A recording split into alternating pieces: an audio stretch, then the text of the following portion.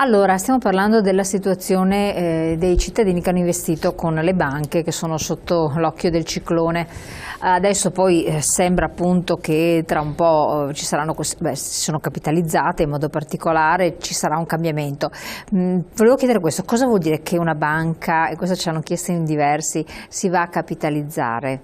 E perché è così importante che lo facciano? Per un diktat di carattere europeo oppure perché?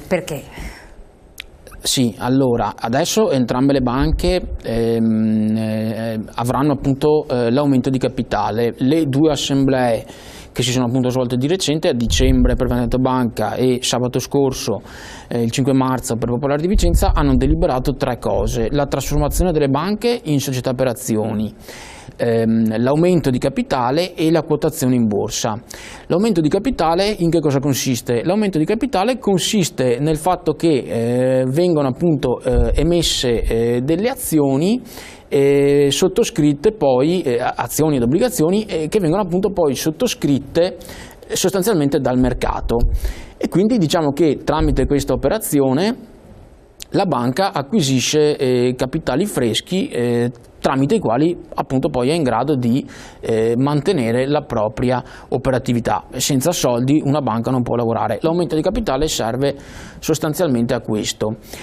Ecco, il problema qual è? Il problema che poi è comune ad entrambe le banche. Il problema è questo: il problema è che non si sa quanto di questi aumenti di capitale, che sono di 1 miliardo di euro per Veneto Banca e di 1 miliardo e 700 milioni per Popolare di Vicenza, sarà effettivamente sottoscritto dagli azionisti, dal mercato, e quanto dai soggetti che garantiscono l'inoptato, che sono Unicredit per Popolare di Vicenza e Intesa per Veneto Banca. Un attimo solo, adesso me lo spiega bene. Sì. Berti, Movimento 5 Stelle, informa che il valore delle azioni, questo è un messaggio che arriva da casa da qualche telespettatore, il valore delle azioni di Popolare Vicenza sono scese a 6,3, perché questo è il valore che avrebbero se fossero state in borsa. Obiezione: ma fossero state in borsa sarebbero state vendibili? E poi, chi ha deciso la svalutazione? Rispondo. Sì, rispondiamo prima ai messaggi e poi appunto riprendiamo il filo del discorso. Sì, volentieri. Sì, le azioni Popolari di Vicenza adesso sono a 6,3 euro. 6,3 euro è il valore di recesso. Questo cosa significa? Significa che chi non voleva appunto aderire alla trasformazione della Banca Popolare di Vicenza, che era una società cooperativa, in Banca Popolare di Vicenza società per azioni, poteva naturalmente votare no alla trasformazione e poteva anche recedere dal contratto di società. Se recedeva dal contratto di società, per ogni azione che appunto l'azionista recedente avrebbe avuto, era appunto la somma di 6,3 euro. Tra l'altro la banca ha detto che quei soldi lì non vengono effettivamente versati a chi recede, e questo lo fa appunto l'ha fatto in base alla legge Renzi sulle popolari e alla normativa attuativa di questa legge emessa da Banca Italia. La banca, sia Veneto Banca che Popolare di Vicenza, hanno sospeso in tutto e senza limiti di tempo il diritto al rimborso, quindi il socio che ha fatto il recesso non avrà ora, e non si sa quando avrà, questi 6,30 euro per Vicenza e 7,30 euro per Veneto Banca. Ecco, sì, sono cose abbastanza complicate effettivamente, però insomma cerco di spiegarle in maniera più chiara possibile. Se invece si andasse in borsa, il valore non sarebbe quello del recesso. Adesso quando andranno in borsa non è affatto detto che il valore sarà 7,3 euro per Veneto Banca e 6,3 euro per Vicenza. Tutti dicono che sarà molto più basso. Ad esempio c'è una simulazione fatta Quindi ci perderanno ancora? Sì. Quando vanno in borsa sì, perlomeno questo è quello che dicono gli analisti, non lo diciamo noi. È stata fatta ad esempio una simulazione per quello che riguarda le azioni della Banca Popolare di Vicenza, è stata fatta da un analista autorevole, ed è stata poi ripresa anche da vari organi di stampa, anche appunto di livello nazionale, insomma, che diceva che le azioni Popolari di Vicenza andranno a 2,7 euro. Madonna mia, impressionante. È impressionante, sì, Se andassero a 2,7 euro chi li aveva acquistati a 62,50 € perderebbe il 94%. Cioè, ci sono persone che finiscono veramente sull'astrico, ma ce ne sono già moltissime. Noi riceviamo decine di messaggi, decine di richieste d'aiuto di gente che proprio nelle email dice: ho perso tutto, sono distrutto, erano i soldi che servivano per comprare la casa ai miei figli. Sì, assolutamente. Quali indicatori devo guardare, dove sono pubblicati per capire se una banca è sana oppure no? Giuseppe da Verona. Allora, diciamo che l'indicatore più utilizzato adesso per capire la solidità di una banca è l'indicatore denominato CET1. Quell'indicatore deve essere circa poi dipende da banca a banca, ma diciamo che per le popolari dovrebbe essere, ma adesso non sarò preciso, ma insomma deve essere tra il 10 e il 10,50. Per le altre il 12? Sì, per le altre deve essere un po' 12. Di più. Esatto, per le popolari deve essere il 10, il 10,50. Però possono trovarci a un sito dove si può andare a vedere, no? Sono questi... Sì, la Banca d'Italia, se non sbaglio, nel sito della Banca d'Italia, sì. Oppure cercare con motore di ricerca indicatori di solidità della banca e già uno vede, ed è il cittadino nella fattispecie che come fa a sapere se la sua banca ha un CET 6 anziché 15, c'è scritto, sono tenuti a darlo? Sì, allora... Perché adesso la paura di tutti è proprio questa.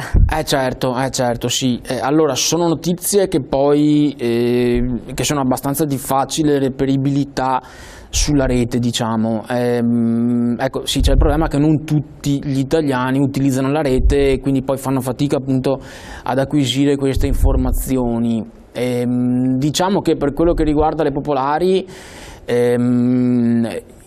spesso nelle comunicazioni che le banche appunto inviano alla clientela e le comunicazioni che comunque sono rinvenibili nei siti internet appunto delle due banche è indicato appunto questo coefficiente, quindi il CET1. Quello è l'indicatore più importante, diciamo, ecco, per capire la solidità di una banca. Ecco, torno, io le ho portato via la parola, ma stanno arrivando i messaggi, quindi quando arrivano cerchiamo di rispondere. Certo. Vorrei sapere il costo presunto dell'azione legale collettiva per risparmiatore e a chi rivolgersi. Allora, per quello che riguarda le azioni legali collettive che stiamo facendo noi come Movimento Difesa del Cittadino, i cittadini possono appunto rivolgersi alle nostre sedi territoriali. Quindi direi per il Friuli, Udine, per il Veneto, Treviso e Padova sostanzialmente, e per la Toscana, che è la terza regione in cui siamo appunto presenti. C'è la Banca Etruria, c'è tutte queste altre belle realtà. Anche lì le situazioni sono molto critiche. In Toscana però lei pensi che ad esempio a Prato di sportelli Banca Popolare di Vicenza ce ne sono 27. Aspetta. Sì, e a Firenze 15, e comunque anche in tutte le altre città toscane Banca Popolare di Vicenza è presente in maniera molto importante, perché ha acquisito degli sportelli di banche che erano appunto banche toscane, che quindi poi sono diventate Banca Popolare di Vicenza, e anche in Toscana ci sono moltissimi azionisti popolari di Vicenza. I costi, diceva. Allora sì, noi abbiamo appunto delle convenzioni con alcuni studi legali che poi sono diciamo quelli più noti, quelli più conosciuti in questo ambito, quindi appunto nell'ambito delle azioni legali collettive. Sostanzialmente questi studi come lavorano? Lavorano a percentuale sul recuperato, quindi chiedono sostanzialmente un modesto fondo spese e una percentuale sui soldi che poi appunto recuperano all'esito o delle trattative di cui parlavamo prima o delle azioni legali collettive che vengono svolte nei processi penali. Noi seguiamo in tutte queste tre regioni, dove appunto siamo maggiormente impegnati sul fronte delle banche popolari venete, anche appunto per andare incontro agli azionisti, perché non dimentichiamoci che gli azionisti molto spesso sono famiglie che hanno già preso una mazzata enorme, esatto, per via appunto delle svalutazioni, gente che ha perso tutto. E poi anche perché è un incentivo naturalmente anche per i professionisti che poi ci affiancano in questa nostra attività per naturalmente fare bene il lavoro, perché se poi recuperano soldi guadagnano anche loro, altrimenti c'è una specie di incentivo. La interrompo solo un secondo, c'è una telefonata. Pronto? Pronto? Pronto, in linea? Pronto? Niente, vediamo un po' se dalla regia riescono a recuperare il nostro telespettatore o telespettatrice. Riproviamo, pronto? Niente, silenzio. Chiedo alla regia magari di recuperare la telefonata se riusciamo a farlo. Prego. No, quindi questa è appunto una situazione di disagio. Lei prima stava dicendo un'altra cosa. C'erano le inoptate, no? Allora ecco, spieghiamo quello perché è una cosa molto importante su cui probabilmente non tutti hanno le idee chiare. Prendiamo ad esempio Popolare di Vicenza. Popolare di Vicenza ha deliberato un aumento di capitale per 1 miliardo e 700 milioni di euro. Questo 1 miliardo e 700 milioni di euro deve essere sottoscritto per intero. Questo 1 miliardo e 700 milioni di euro viene offerto al mercato. Se il mercato, diciamo, sottoscrive solamente 1 miliardo di questi appunto strumenti finanziari che vengono emessi, i restanti 700 milioni vengono sottoscritti da chi ha garantito appunto l'inoptato. L'inoptato sono appunto i titoli emessi e non sottoscritti. Ecco, perché dicevo che questo può essere un problema, perché noi non sappiamo, le banche non lo hanno reso noto, qual è l'importo per cui questi due soggetti, quindi Intesa per Veneto Banca e Unicredit per Vicenza, si sono impegnati appunto a sottoscrivere questi strumenti. Noi non sappiamo se le nuove azioni verranno sottoscritte a 30 centesimi l'una, a 50 centesimi l'una, a 1 euro l'una. E questo appunto poi può essere un problema perché chi va a sottoscrivere poi l'inoptato può in sostanza acquisire la banca per 2 lire. Questo è un problemino grosso. Quello è un problema molto importante, sì. Sentiamo se la telefonata è stata recuperata. Pronto? Pronto, mi sente? Ecco, adesso la sento. Da dove chiama? Perfetto. Io chiamo da Rovigo, sono Arnaldo, buongiorno. Buongiorno, dica tutto. Complimenti intanto per la trasmissione che è molto chiara e secondo me è importante che voi lanciate questi messaggi, questi consigli agli utenti in definitiva, ai telespettatori. E a questo proposito, io attorno, mi sembra al 2010-2008, ho acquistato delle Landisky Island, che magari il suo tecnico sa. E questi qua non so più niente, lo vedo titubante. Ho detto bene il nome. Cosa sono delle azioni?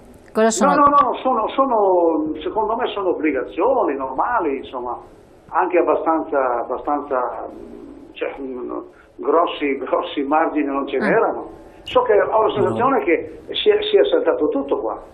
Sì, non ho capito il nome dei prodotti che ha sottoscritto. Allora, Land Banky Island. Ah, sarà della Banca d'Islanda. Islanda? Islanda, brava. sì, Banca d'Islanda. Okay. Quindi obbligazioni della Banca d'Islanda. Obbligazioni della Banca d'Islanda. Landis Banky Island. Sì. Ireland o Iceland? Island. Allora direi che stiamo parlando di Islanda. Allora, ma io quello che le volevo chiedere, chiedo scusa. Prego. Scusa, quali azioni posso io, anche perché io non sapevo neanche che esistesse, tanto per dire l'Islanda, mai più mi sarei permesso di andare, quindi consigliato dalla mia banca di acquistare queste robe qua. Adesso mi trovo che, per fortuna che non sono grossi quantitativi. Lei dice, come posso avere notizie di questa cosa?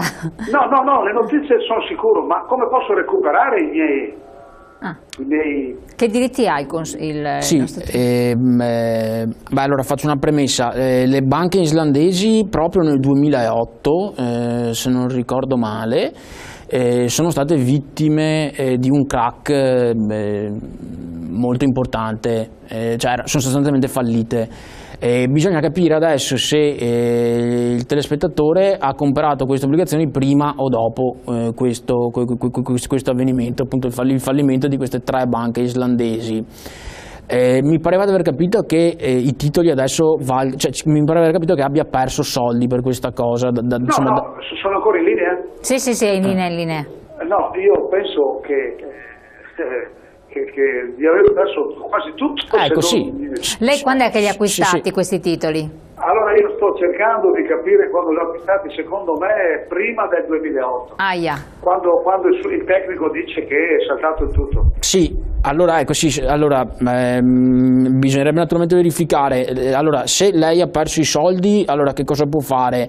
Bravo, questo è quello che mi interessa. Ecco, allora vediamo di andare al sodo. Allora, bisognerebbe intanto capire le informazioni che le ha reso la sua banca, cioè appunto l'intermediario finanziario. Allora, io saluto intanto il telespettatore che ci segue dalla televisione, quindi la ringraziamo, così metta pure giù il telefono, grazie, ci segue dalla televisione direttamente, grazie molto, così adesso possiamo riprendere e dire cosa lui può fare concretamente. Allora sì, bisogna andare ad agire contro l'emittente, quindi appunto contro la banca islandese di cui appunto aveva acquistato le azioni, le obbligazioni.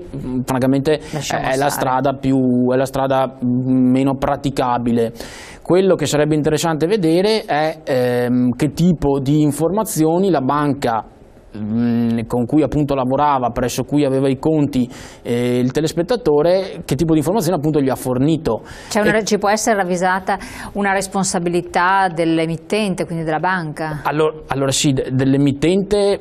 Allora l'emittente è il soggetto che emette le obbligazioni, quindi se le obbligazioni sono della banca islandese, l'emittente è la banca islandese, che la lascerei da parte. È comunque anche il ruolo dell'intermediario, quindi della banca, non lo so, diciamo della banca di Rovigo, dove appunto il telespettatore è andato e gli ha detto compra le obbligazioni della banca islandese, che uno neanche si sogna che esista, ecco, però se tu vai in banca e ti dicono abbiamo queste belle obbligazioni della banca islandese, te le vendiamo, sta per fallire ma non te lo diciamo, esatto, vedere che tipo di informazioni hanno dato quelli della banca di Rovigo, che ha un nome di fantasia ma il telespettatore chiamava da Rovigo, quindi diciamo banca di Rovigo, ha dato appunto al telespettatore su queste banche islandesi. Ci può essere una responsabilità personale della persona fisica, visto che stiamo parlando di penale? Allora sì, se parliamo di penale sì. Se parliamo di civile invece? Se parliamo di civile anche, però comunque c'è una norma che stabilisce che per le violazioni compiute dai dipendenti è responsabile il datore di lavoro. E quindi se io vado alla banca di Rovigo... Quindi il direttore della banca, proprio la banca di Rovigo SpA, sì. Perfetto, un attimo solo, vediamo. Pronto? Pronto? Sì, pronto, mi senti? Salve, dove chiama? Io chiamo dalla provincia di Padova. Sì, dica, prego. Innanzitutto mi associo a quello che mi ha preceduto nel complimentarmi con voi per aver affrontato questo tema. Grazie. Volevo innanzitutto dire che congiunti nella mia famiglia hanno sottoscritto azioni per un totale di circa 100.000 euro. Si può dire che queste sottoscrizioni sono state carpite fraudolentemente, voglio dire, andandomi a rileggere i contratti si vedeva per esempio una dichiarazione dove si dichiarava che uno era in possesso di alte conoscenze di strumenti finanziari, quindi che lascia tutto dire per persone che hanno la terza media o poco più di 70 anni. Detto questo, è una qualche cosa che accomuna molte altre persone. Oltre al danno diciamo economico, c'è un danno anche morale nell'essere stato, voglio dire tra virgolette, truffato da persone che conoscevi, e mi riferisco a coloro i quali agli sportelli hanno premuto affinché queste azioni venissero sottoscritte. Però dato per scontato che questi soldi siano persi, e qui mi rivolgo al dottor Moschini, abbiamo visto che c'è un florilegio di associazioni che si propongono nel recuperare questi crediti e effettivamente la necessità di recuperare qualcosa è tanta, ma la paura di cascare dalla padella alle braccia è altrettanta, perché se risiedessimo in Germania, voglio dire, ma noi siamo in Italia, un paese che nella speciale classifica della corruzione europea è al penultimo posto, e oltre a noi c'è solo la Bulgaria, un paese in cui gli ultimi governi hanno fatto leggi ad hoc per salvare i colletti bianchi, e in effetti qui da noi ci sono meno di 20 colletti bianchi in galera, mentre in Germania per esempio ce ne sono 4.000. Allora con queste premesse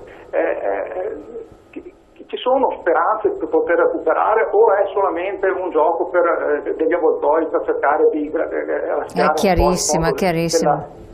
Allora guardi, lei è stato chiarissimo e ha perfettamente ragione, perché le sue perplessità sono legittime purtroppo nel nostro paese, ed quindi adesso io voglio girare la domanda un po' che abbiamo fatto prima, cioè la convenienza, e uno dice io ho già rischiato, anzi ho già perso tanti soldi, ho messo in gioco la mia stabilità anche emotiva, perché poi mi sono fidato, uno si mette anche in discussione sotto più profili, il telespettatore è stato estremamente chiaro nel dare proprio un quadro definito. Quanto mi conviene fare questo e quanto invece diventa un'ennesima illusione fine a se stessa? Allora, questa domanda rispondiamo, richiedo un po' di tempo, subito dopo la pubblicità. Abbiate pazienza, ma veramente pochi secondi, e l'avvocato ci risponde. Grazie.